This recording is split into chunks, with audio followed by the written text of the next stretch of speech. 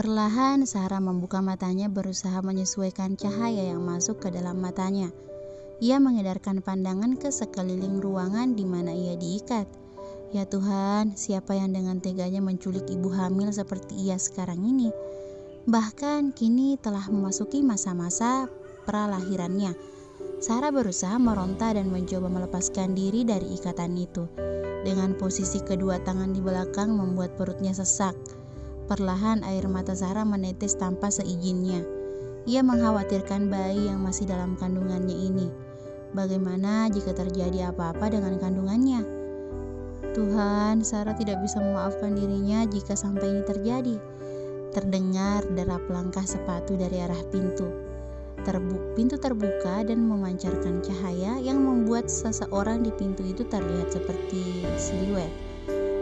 Demi apapun Sarah sangat takut sekarang. Orang itu menghampiri Sarah dengan tempo lambat membuat Sarah penasaran dengan orang di depannya ini. Sial, Sarah tidak kenal dengan orang itu. Siapa dia? Apa rekan bisnis suaminya? Kalau memang iya, kenapa datang ketika buah hatinya dengan Romi yang belum lahir? Tidak ada yang Sarah khawatirkan selain buah hatinya itu. Tak henti-hentinya ia berdoa agar diberikan bantuan. Keringat dingin bercucuran di pelipis Sarah ketika orang itu tepat di hadapannya. Ia berjongkok di depan Sarah yang kebetulan diikat dengan posisi duduk. "Siapa kamu?" tanya Sarah panik. "Sebenarnya kita nggak ada hubungan apa-apa sih, tapi bos kami," ujarnya sambil menunjuk dua orang yang baru masuk. Satu orang wanita dan satu pria. "Kalau begitu mana bos kalian? Apa nggak kecepatan kalau kamu bertemunya sekarang? Katakan tujuan kalian," pinta Sarah. "Kenalkan, saya tangan kanan bos. Ini dukun bayi dan satu lagi itu teman saya," katanya memperkenalkan tanpa memberitahu namanya. "Kita di sini cuma nurutin perintah bos kita, jagain lu di sini. Mau tahu rencana kita, cantik?" katanya sambil mencolek dagu Sarah.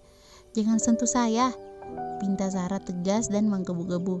"Sayangnya lu harus terbiasa dengan kita berdua. Setelah bidan ini mengeluarkan bayi ini, lu bakal jadi milik gue sama temen gue ini," katanya menjelaskan. Ya Tuhan, bagaimana bisa? Sarah tidak bisa membayangkan bagaimana itu terjadi. Ia panik bagaimana caranya ia kabur. Sementara yang menjaganya 3 orang. Sarah tersenyum miring ke arah ketiganya. Saya bekas orang. Bahkan saya sedang mengandung. Apa kalian tidak jijik? Harusnya orang kayak kalian bisa dapat wanita yang lebih daripada saya. Lebih seksi tentunya. Bukankah orang seperti kalian lebih mengutamakan itu? Kenapa kalian bodoh dan mau menerima tawaran bos kalian ini? Orang ini mencerna perkataan Sarah dan sedetik kemudian ia tersenyum. Laki-laki yang tadi diam saja turut maju dan ikut jongkok di hadapan Sarah. "Tidak usah khawatir manis, setelah bayi sialan ini lahir, kita akan mengubah lo jadi seperti apa yang lo bilang tadi. Haha. Saya tidak dilahirkan untuk hal semacam itu. Kalian jangan kurang ajar, lepaskan saya," teriaknya. "Lepas? Setelah kita nunggu hari ini selama berbulan-bulan, apakah bakal rela jika kita lepas begitu saja? Saya akan memberikan uang sebagai gantinya. Apa kalian tahu siapa suami saya?" "Saya tahu Nona, bahkan kami hafal dengannya. Kalau saja kamu bukan istri daripada dia, mungkin kita tidak pernah bertemu." Di sisi lain, Romi panik dengan kesadaran Sarah. Sedari ia pulang tadi tidak ada tanda-tanda istrinya. Romi menghubungi nomor telepon Sarah berkali-kali tapi tak kunjung diangkat. Kemana istrinya ini? Biasanya ia akan izin pada Romi jika akan berkunjung lama ke tempat lain. Romi takut dan panik. Pasalnya bukan hanya Sarah saja yang hilang, tapi buah hatinya juga masih dalam perut istrinya itu. Ting, suara pesan masuk terdengar di indera pendengaran Romi. Ia segera mengecek HP-nya, barangkali ada kabar dari Sarah. Nomor tidak dikenal. Apa Tuan sedang mencari istri Tuan yang hilang? Romi lalu menghubungi nomor telepon tadi. Panggilan diangkat dan Romi lebih dulu memulai percakapan. "Katakan di mana istri saya?" "Tidak semudah itu sayang, mari kita bermain-main dulu." Sekali lagi katakan istri saya di mana?" tegas Romi setelah menyentak. Suara yang ia dengar tidak terlalu jelas. Sepertinya orang tadi menutupi mulutnya dengan sesuatu hingga Romi tak berhasil mengenali suaranya. "Dia masih tidak jauh dari sisimu. Saya tunggu kedatangannya. Kalau tidak, biarkan ibu dan anak ini meregang nyawa dan membusuk bersama tikus-tikus ini." Tut, panggilan ditutup sepihak oleh orang tadi.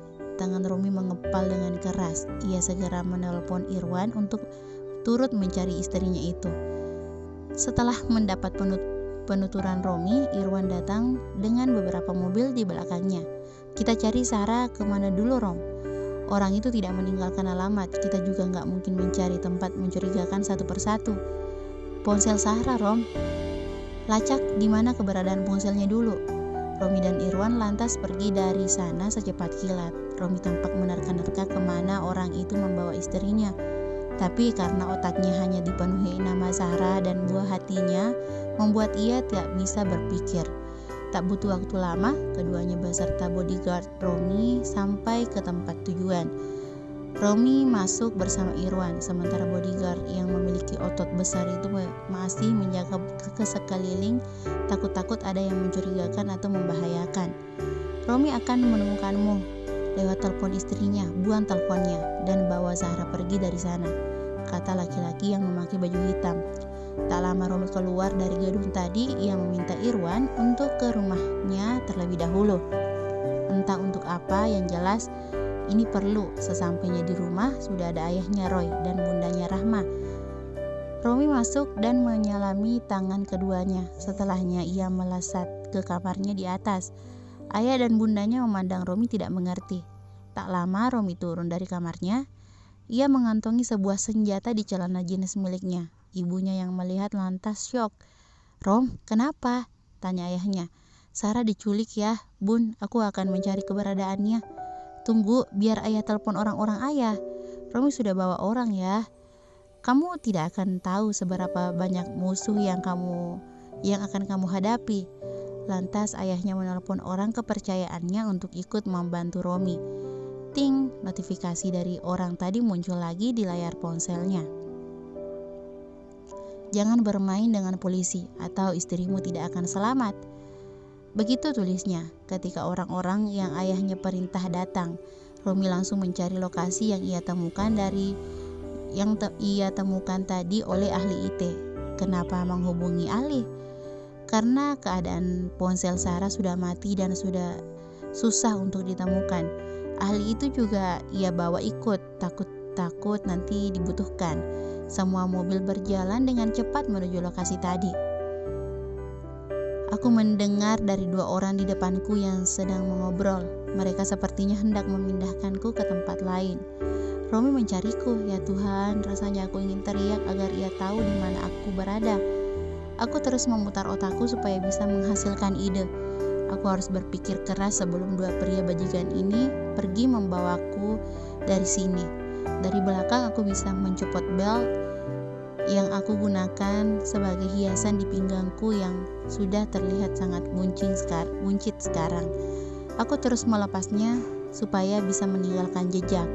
Aku menarik sabuk itu dan aku meletakkan di bawah tumpukan kursi dan meja yang kebetulan di belakangku.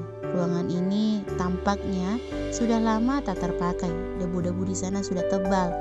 Aku teringat sesuatu dan aku tuliskan sebuah kata kunci agar Romi bisa menemukanku. Romi datang ke gedung yang ia yakini Sarah berada di sana. Orang-orangnya tidak tinggal diam, mereka berpencar dan melancarkan taktiknya. Ada yang masuk dari belakang, samping, dan depan. Romi masuk bersama Irwan dan satu bodyguard kiriman ayahnya yang sangat sangar lewat pintu depan. Romi melacak setiap ruang yang ada di sana. Setiap sudut orang itu seperti tidak pernah tersentuh.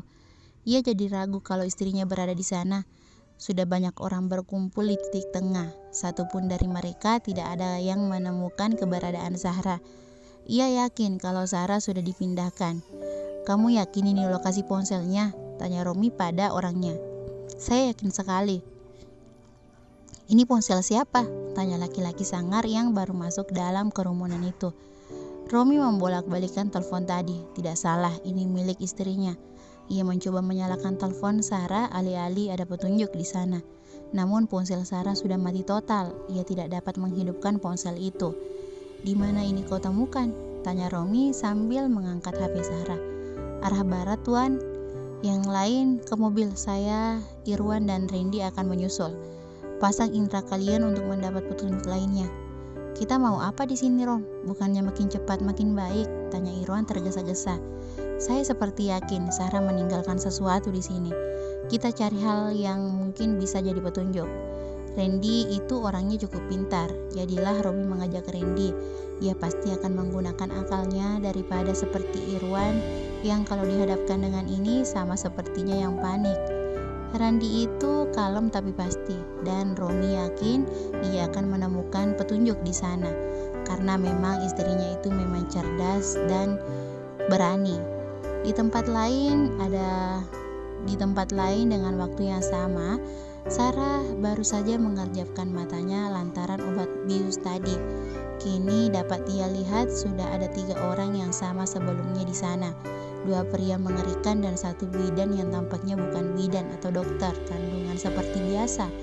Ini lebih ke psikopat kalau dilihat dari caranya memandang. Melihat wanita itu, Sarah jadi teringat sesuatu. Ya, ia pernah menonton film horor Rumah Darah. Bukan horor sih, tapi lebih ke psikopat. Bukannya takut, Sarah lalu cekikikan dibuatnya. Yang melihat pun bingung. Ada apa dengan wanita di depannya? Bukannya nangis dan merengek, malah tertawa seperti itu. Puasin aja ketawa sebelum bos kita datang ke sini. Itulah sekiranya kata yang keluar dari mulut wanita jadi-jadian di depannya. Lama, satu dari mereka pun tidak ada yang membuka suara memulai pembicaraan. Hingga derap langkah yang rupanya 2 pasang kaki membuat mereka tersadar. Ya Tuhan, satu di antara Sarah kenal dengan baik, namun wanita di sebelahnya tidak begitu Sarah hafal. Ia memakai masker dan menutup dirinya dengan topi dan rambut yang dibiarkan tergerai. Akankah ini adalah akhir dari penderitaannya? Senyum lalu terbit di bibir Sarah, memandang orang tadi dengan lekat dan seksama, berharap ia mau menolongnya. Namun rupanya salah, laki-laki itu tetap diam di tempat. Ia mematung dan menatap Sarah dengan tatapan membunuh. "Aji, tolongin aku," pinta Sarah yang tidak digubris sama sekali. "Ji, itu lo kan? Lo Aji yang gue kenal kan? Ji, bantu aku keluar, perutku sakit akibat tali ini." Aji tersenyum kecut dan perlahan mendekat ke arah Sarah. "Lo mau lepas, Ra? Sayangnya permainan baru dimulai. Kamu ingin menyudahinya?" "Ah, payah." Aji meninggalkan Sarah di tempat dan pergi menuju kursi yang ada di tempat itu. Kini giliran Mawar yang maju ke arah Sarah. Ia tampak mengelus perut Sarah, namun elusan itu berubah menjadi cengkeraman. Sakit, ngilu, dan perih beradu jadi satu. Sarah takut wanita ular di depannya ini akan macam-macam kepada anaknya. "Apa kamu sudah tidak sabar melihat anak sialan ini lahir? Dia tidak salah, jangan bawa-bawa anak saya," sentak Sarah. "Saya tidak menyalahkan anaknya, tapi saya menyalahkan ibunya." "Tapi tunggu, sepertinya ada yang kurang." Perempuan ini langsung menyuruh bawahannya maju dan membuka koper yang sedari tadi ia pegang. "Mau bermain dengan yang mana sayang? Gunting, garpu, belati, atau pisau?" katanya bermonolog. "Oke, kayaknya kamu lebih akrab dengan pisau. Kita ambil temanmu ini saja ya," katanya sambil mencabut pisau dari tempatnya. Ia lantas memilin-milin pisau tadi. Pisau itu sangat tipis dan tajam. Sudah dipastikan hanya dengan sedikit sayatan saja akan memberi luka dalam di sana. "Apa? Kau ingin menyentuhnya? Baiklah, aku akan meletakkannya di," katanya sambil menggantung kalimat terakhir menunjuk-nunjuk bagian tubuh Sarah dengan pisau. "Sepertinya suamimu menyukai area ini." Srat, dengan satu gesekan kecil, wajah Sarah tepat di pipinya mengeluarkan darah segar. Panas, perih, dan takut beradu jadi satu. Tak hentinya pula Sarah meminta pada Tuhan agar ia terbebas dari sini. Jilbabnya yang berwarna biru muda itu nampak menjadi bercorak ungu karena dicampur oleh darahnya yang tak henti-hentinya menetes. Lepaskan saya, biarlah urusan ini akan berlanjut ketika anak saya sudah keluar, kata Sarah. Apa? Saya yakin kamu bukan orang bodoh. Lantas apa jika tujuan saya tidak untuk itu? Selama 8 bulan kami menunggu hari ini. Kamu mau lepas begitu saja? Dasar wanita perebut. Syat, sayapnya lagi di pipi satunya. Serat. Kini rupanya telah beralih ke arah kaki Zahra. Dan untuk anak lo, biar gue yang bantu keluarin bayi terkutuk ini. Terkutuk? Kamu adalah orang yang terkutuk. Mawar terbawa emosi, ia lantas menyayat pelan jari-jari kaki Zahra. Sakit, erang Sarah sambil memejamkan matanya. Hah? Sakit? Lo duluan yang memulai. Lo ambil Romi dari gue dan lo memberi harapan palsu pada adik gue. Ini yang lo sebut sakit, hah? Katanya hendak menusuk mata Zahra dengan pisau tadi. Aji langsung mencegah ulah kakaknya itu. Kak, ini terlalu cepat, katanya dengan wajah yang dibuat-buat memelas. Apa kita tidak main-main dulu? Sambungnya lagi. Lepaskan saya, sontak Sarah. Ya Allah, tolong hamba, teriak Sarah. Ia sangat ketakutan. Air matanya tak dapat ia bendung. Brak! Suara dobrakan pintu terdengar nyaring di pendengaran orang yang berada di ruang itu. Tak butuh waktu lama, para pasukan Romi mencekal satu persatu tangan orang jahat yang berada di sana, kecuali satu orang, mantan kekasihnya yang sudah siap dengan senjata di tangannya. Bukan pisau, melainkan pistol yang sudah diacungkan ke arah Zahra. Lepaskan Zahra, teriak Romi. Sepertinya ini akan lebih baik. Mawar segera mengalihkan dan mengambil sebuah pistol, satu lagi untuk menodong leher Zahra. Jangan macam-macam kamu, Mawar. Sarah dibuat kalut dengan situasi itu. Akankah hari ini menjadi akhir dari kisah cintanya dengan Romi?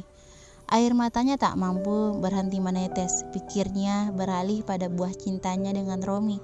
Ya Tuhan, bahkan melihat dunia pun dia belum pernah. Jika kau tak mengizinkanku selamat, setidaknya engkau beri kesempatan pada bayi yang ada di kandunganku ini, ya Tuhan, pintanya dalam hati. Mas, kalau saja ini adalah akhir kisah kita, kuharap aku, kamu, dan anak kita bisa saling bertemu di surga kelak. Satu yang perlu kamu ingat, Mas, aku mencintaimu dan anak kita. Terima kasih sudah menjadi imam yang baik untukku. Terima kasih telah merawatku dan buah hati kita. Dan terima kasih telah membuat aku bahagia setiap saat. Aku juga mencintaimu, sayang. Dor, prak. 2 kali tembakan mendarat sempurna pada orang yang dituju. Darah segar bercucuran dan diantaranya sampai memuncrat. Sungguh orang yang di dalam sana membelalakkan matanya menatap keduanya tak percaya. Keduanya lemas dan tergeletak di lantai. Darah yang bercucuran pun menyatu jadi satu memenuhi ruangan itu. Mengerikan. Bersambung.